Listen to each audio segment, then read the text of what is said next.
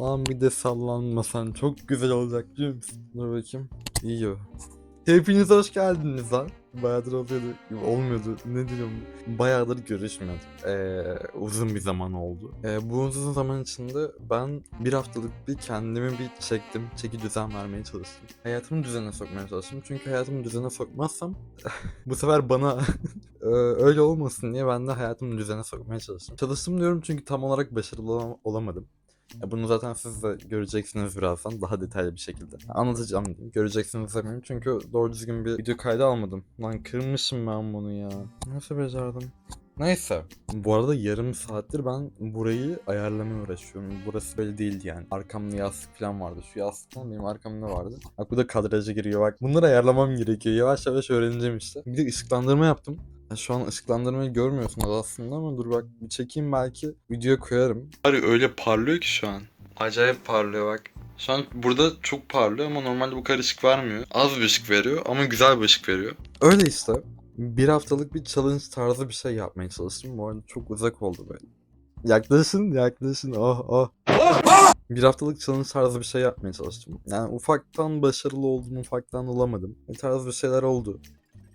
Öncelikle şundan bahsetmek istiyorum. Bu challenge'ım uykuyla alakalıydı. Uykuyla alakalı olduğu için de hepimizin hayatında de düzenli olmayan bir şey olduğu için ben bunu bir düzene sokmaya çalıştım. 5 kuralını dediklerini yaparsın eğer senin uyku düzenin, uyku kaliten artıyormuş önceki şeyine göre. Ben de bunu denemeye çalıştım. Yani ufaktan yaptım, ufaktan yapamadım. Gerçekten çok iyi sonuçlar aldığım zamanlar oldu. Hiçbir yararının olmadığını anladığım zamanlar oldu. Öncelikle şeyden başlayayım, kurallardan başlayayım. 10 saat önce sizin kafeini bırakmanız gerekiyor. Yatmadan 10 saat önce. Bu arada her gün aynı vakitte, aynı saatte yatmanız gerekiyor. Siz eğer aynı saatte yatarsanız bu sefer bünyeniz de buna alışıyor. Ve bünyeniz buna alıştığı için daha kaliteli bir uykuya neden oluyor bu. Ve ben bu saati kendime 10.30 olarak belirledim. Onu 10 geçe geçiyordum, dişlerimi fırçalıyordum, yapmam gereken şeyleri yapıyordum. Ardından yatağa geçiyordum. Yaklaşık bir 10 dakika önceden geçiyordum.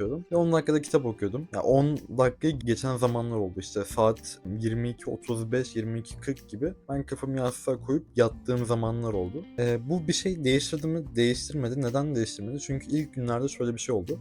Çok geç yatan birisiyim. Yani saat 2-3 civarı yatan birisiyim. Şeye başlayınca bir anda 10.30'a çekince bu saati artık 10.30'da yattığım zaman bir anda uyuyamamaya başladım. Çok uykum olsa bile.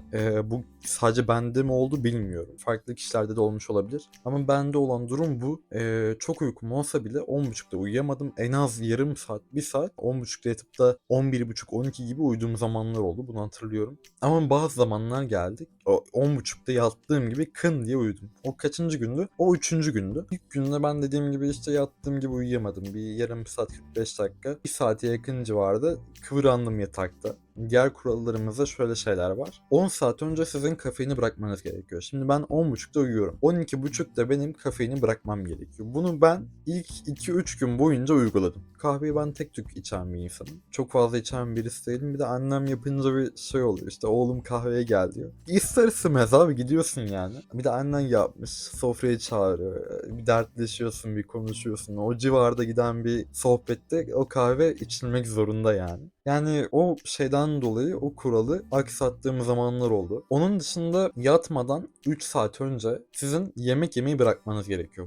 Bu kural aslında bana sorarsanız en önemli ikinci kural. Birinci kuralı birazdan geleceğim. En önemli ikinci kural. Neden? Çünkü annemden şunu öğrendim. Gerçekten annemden öğrendim. Ve kardeşim de bunu çok fazla yapıyor. Kardeşim daha 8 yaşında ve her gün yatmadan önce şey yapıyor. Yani yatağa geç dediğimizde direkt abi işte anne yemek yiyeyim öyle yatayım. Karnım acıktı. Bu şeyler çok fazla oluyor. Ve yani çocuk bunu kendine alışkanlık etti. Acayip alışkanlık etti. İşte sürekli yemeden yatamamaya başladı. Durum böyle olunca işte dediğim gibi 3 saat önce yemek yemeyi bırakmam gerekti. Bırakabildim mi? Tam değil ya. Yani tam anlamıyla bırakamadım. Çünkü bizim evin yemek yeme saatleri karmaşık gidiyor. Babamın geliş saatine göre değişiyor. İşte işten bazen geç bazen erken dönüyor. Onlar falan filan karışık şeyler. Ondan dolayı doğru düzgün bir düzen uyduramadım. Yapabildiğim kadar yaptım. Yapamadığım yapamadım. Ben önceden işte 11 gibi, 11.30 gibi geliyordum bu sefer eve. Nasıl geliyordum? Kütüphaneden işte başta tabii 8-9 gibi gidiyorum. Yani çok fazla erken gitmiyorum. Yani sabahın köründe gidip akşamın saatinde dönmüyorum. O kadar da çalışkan değilim. Çalışkan biri değilim ben. Ama çalışkan olmam gerekiyor çünkü YKS sınavım, onu da düzeltmem gerekiyor. Neyse, oraya girmeyeceğim şu anda. Girmek istediğim konu şu. Yatmadan siz 2 saat önce çalışmayı bitirmeniz gerekiyor. Elinizde ne varsa. Çalışmaktan kastım illa ders olmak zorunda değil. Başka bir şeyde çalışıyor olabilirsiniz. Onu bir bırakmanız gerekiyor. Onu bir bırakın. Bir kendinizi salın. Kendinize rahat şeyleri vermeniz gerekiyor. Ve yatmadan 1 saat önce de bence en önemli kural bu. Yatmadan 1 saat önce telefonu bırakmanız gerekiyor.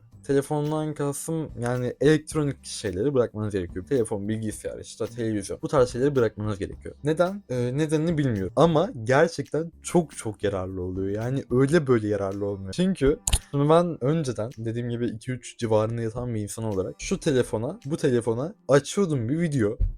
İzleye izleye uyuyor. İşte o video bitiyor, diğerini atlıyorum. Çünkü onlar senin kafanı sürekli farklı farklı konulara, farklı farklı ilgilerine gönderiyor. Sürekli izleyerek uyumaya alışınca dedim bir bunu bırakmam gerekiyor ve bu videoda buna vesile oldu. 1 saat önce ben bu telefonu bıraktım. Yani gerçekten saatimi kurdum, şeyimi kurdum, hepsini işte kapattım, koydum kenara ve çok fazla yarar oldu. Bu arada bu kuralın ismi 10-3-2-1-0 kuralı. 0 ne? Onu da söyleyeyim hemen. 0 da alarm kuralı. Alarm kuralında sizin yapmanız gereken şey alarm kurmamanız. Alarm kurmamanız gerekiyor. Neden? Çünkü hani sabah olur işte alarm çalar, size hemen elinizi bir atarsınız, lan bir 5 dakika daha uyuyacağım deyip kapatırsınız ya işte onu. Kapatmamanız gerekiyor. Kapatırsınız veya ertelersiniz ya. Hayatınızın eğer bu erteleme alışkanlığını çıkarmazsınız, bu sefer hayatınızın tüm safhasında ertelersiniz. Yani sadece burada en başta o erteleme şeyiniz sizin her gününüzde ola ola artık buraya kazanıyor. Buraya kazanınca da erteleme alışkanlığınız aslında tüm hayatınızı etki ediyor. Alarm olmadan nasıl uyanacağız? Şöyle bir şey var, yani bunun ismini tam bilmiyorum. Daha çok heyecanlı olduğunuz zaman. Herkesin hayatında illaki 3-5 defa denk gelmiştir veya işte alarm işte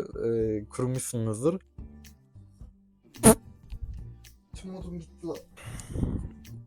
Kafanıza bir alarm kurmanız gerekiyor aslında. Yani yarın çok büyük bir işte sınavınız var diyelim veya başka bir işte gezi falan olacak diyelim ve sizin çok sevdiğiniz bir şey. Böyle bir zaman olunca siz heyecandan uyuyamazsınız. Ayrıca sabah kalkarken de en erken saatte kalkarsınız. Nasıl olur? Mesela yarın 9'da mı işte kalkman gerekiyor? Sen bu sefer yarın 9'u bu aklına kazıyorsunuz. Sen bu sefer yarın 9'u aklına kazıyorsun abi. Aklına kazınca da ne oluyor? Bu sefer beynin gerçekten nasıl oluyor bilmiyorum ama bir şekilde seni o saatte kaldırıyor. Yani ben yarın 8'de, yarın 9'da kalkacağım deyince gerçekten de beyni sizi o saatte uyandırıyor ve uykunuzu almış bir şekilde uyanıyorsunuz. Rahat ve güzel bir şekilde uyanıyorsunuz. Uygulayanlar varsa yorumlara yazsın.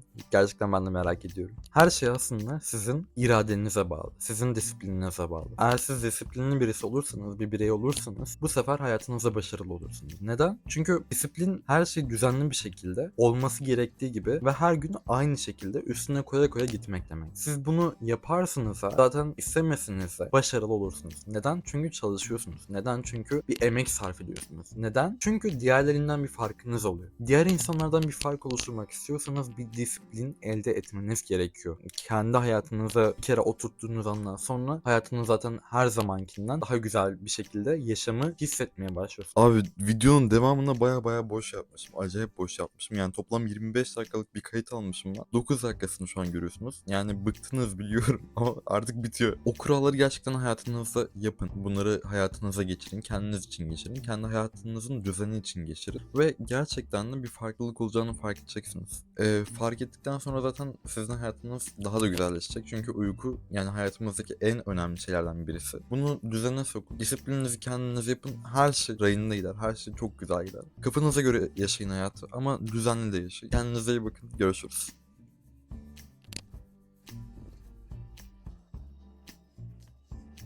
Teşekkür ederim. Görüşürüz.